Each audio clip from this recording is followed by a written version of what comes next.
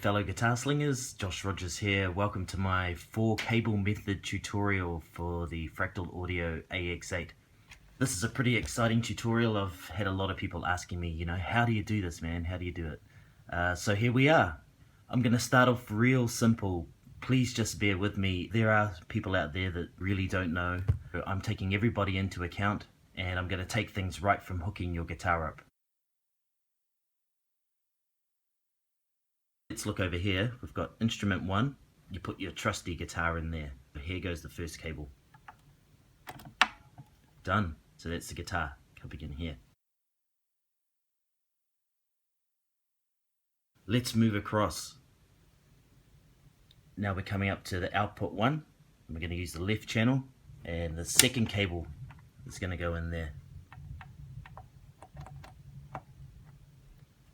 So now we have output 1 left channel. That's going to come around to the FX return.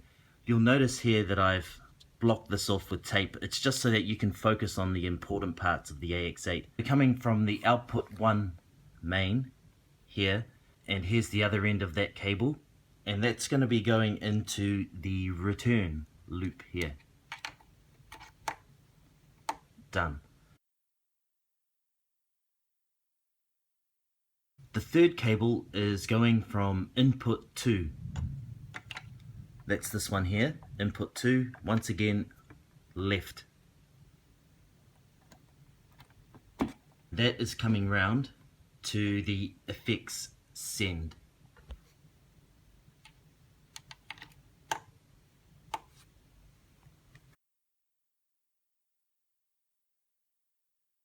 Let's move on to the last one, output 2. Left, output 2, left, and that is going to where you would usually plug your guitar in on the front of your amp, down to the input here. So that's the setup for the 4-cable method. As you can see, 4 cables, 1, 2, 3, 4. I hope that's easy enough for you guys. Let's head on over to the AX8 edit and I'll show you how to set up the software on there. I've taken the liberty of setting up a preset and I've called it AX8 4-cable method tutorial. Let's head over to the left.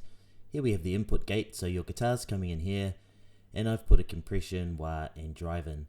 Now these are all ahead of the effects loop. I've created it really easy. Everything is in series here.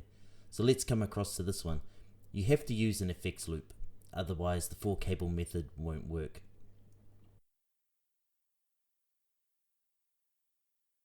The 4-cable method introduces noise, and that's due to the analog to digital and digital to analog conversions that are taking place. So how do we get rid of that? One method, or part of the method, is to use hum buster cables to reduce the hum caused by this. The second is to use a gate expander after the effects loop. Let's just head across to that while we're here. We've got the gate expander on, and I'm just going to give you a couple of tips to set that up. High ratio. If you've watched my compression tutorial, you'll know what these are.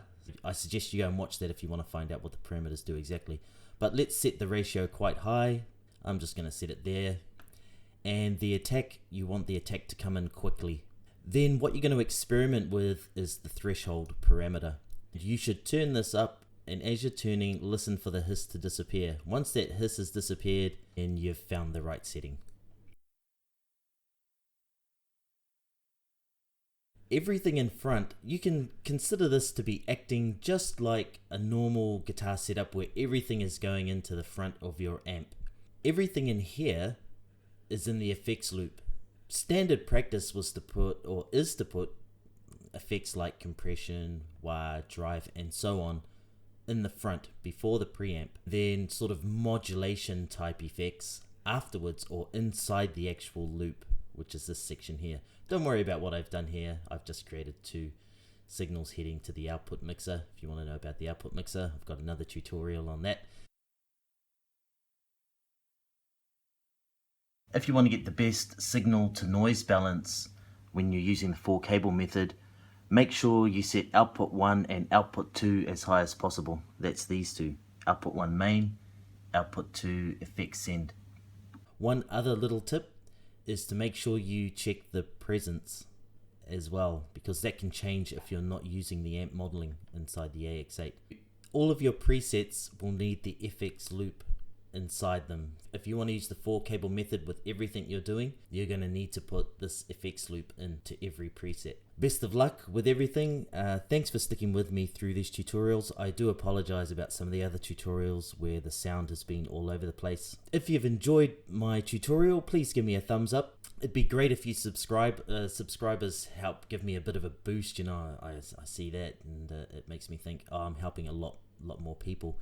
Leave a comment if you have any suggestions of what you'd like me to cover in future.